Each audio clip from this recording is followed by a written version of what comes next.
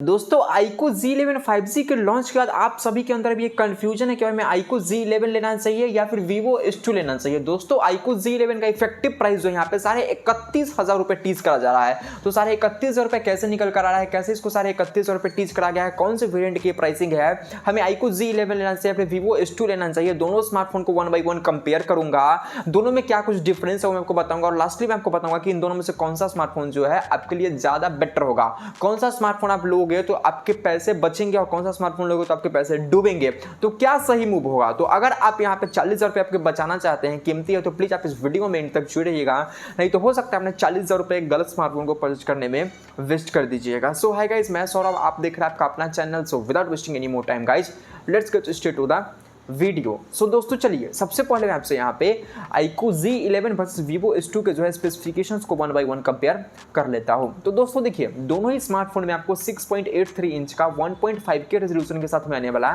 3D curved AMOLED display देखने को मिल जाएगा। फर्क यह है कि जो Vivo है यहाँ पे आपको 120 हर्ट्ज का रिफ्रेश रेट है एंड iQOO में 144 हर्ट्ज का रिफ्रेश रेट है। iQOO को यहाँ पे 1 पॉइंट मिल जाते हैं क्योंकि यहाँ पे iQOO में जो आपको डिस्प्ले बेटर देखने को मिलता है, रिफ्रेश रेट आई मीन। सामने की तरफ 32 मेगापिक्सल का सेल्फी कैमरा है जो कि पंचोल स्टाइलिंग के साथ में आता है, ठीक है, यहाँ पे दोनों में ही इक्वल है। बैक की तरफ दोनों में ही 50 मेगापिक्सल का प्राइमरी कैमरा देखने को मिल जाता है, बट कहानी यहाँ पे चेंज हो जाती है।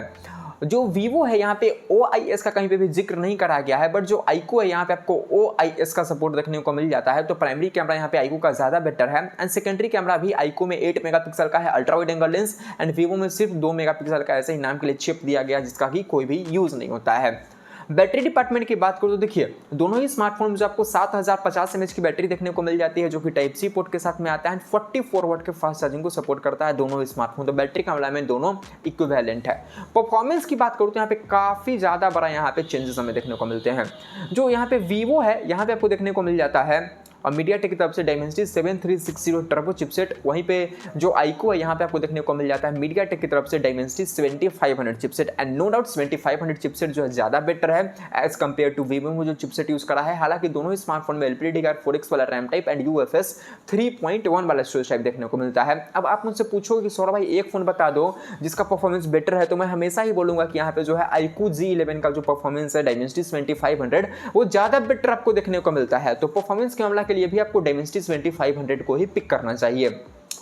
आगे मैं आपसे बात करूँ तो दोनों ही स्मार्टफोन में आपको इन डिस्प्ले फिंगरप्रिंट स्कैनर देखने को मिल जाएगा, 3.5 mm जैक दोनों से मिसिंग है, डुअल सिम का सपोर्ट है, डुअल स्पीकर भी देखने को मिल जाता है, IP69 तक का रेटिंग है एंड दोनों ही smartphone Android 16 out of the box देखने को मिलता है जहाँ पे 3+5 का OS अपग्रेड देखने को मिल जाता है, मतलब एंड्रॉइड 17, 18, 19, एंड्रॉइड 19 तक के अपडेट दोनों ही स्मार्टफोन में आपको देखने को मिल जाएंगे। तो जी हाँ दोस्तों, ये रही ओवरऑल स्पेसिफिकेशन की कंपेरिजन की कहानी Vivo S2 versus iQOO Z11 5G से रिगार्डिंग। अब बात आती है कि हमें क्या करना चाहिए, दोनों में से कौन सा स्मार्टफोन लेना चाहिए। एक बार प्राइसिंग को कंपेयर कर लेते हैं। देखिए, iQOO में एक बेस वेरिएंट इंट्रोड्यूस करा गया है जो कि है 6+128, जिसको कि आप इफेक्टिवली जाकर यहाँ पे 31,500 में परचेज कर सकते हैं, जिसकी प्राइसिंग जो है एक्चुअल 35,000 रुपए है। 6+128 एक्चुअल प्राइसिंग 35,000 विद इफेक्टिवली 31,500 में, वो भी कुछ टाइम के लिए सारे ऑफर्स अप्लाई करने के बाद। तो 6+128 को हम यहाँ पे एलिमिनेट करते हैं क्योंकि Vivo S2 में हमें ये देखने को नहीं मिलता। 2026 में 30,000 से ऊपर 6+128 लेना गुनाह है। तो हम बात करेंगे यहाँ पे 8+128 की। 8+128 की बात करूं तो एक्चुअल प्राइसिंग जो है यहाँ पे Vivo की आपको देखने को मिलती है 40,000 as well as iQOO Z11 के भी, दोनों की प्राइसिंग जो है सेम है। बट यहाँ पे अगर आप iQOO की तरफ जाओगे तो यहाँ पे आपको 36,000 रुपीज में विद बैंक ऑफर्स आपको देखने को मिल जाएंगे, विद कूपन डिस्काउंट वगैरह देखने को मिल जाता है फिलहाल Amazon के ऊपर। तो अब यहाँ पे 36,000 विथ बैंक ऑफर्स एंड आप Vivo का भी मानकर चलो तो 36-37 के आसपास उसको भी आप विथ बैंक ऑफर्स कई बार परचेज कर सकते हो। अभी की मैं बात कर रहा हूँ, अभी प्राइस इंक्रीज नहीं हुआ है, फ्यूचर में प्राइस इंक्रीज हो जाएगा तो अब बात की बात है। बट स्टिल मैं कहता हूँ कि ऑफर्स वगैरह हटाओ, 40,000 एक्चुअल प्राइसिंग की बात करते हैं क्योंकि बैंक ऑफर्स फ्लक्चुएट करते रहते हैं ऊपर नीचे।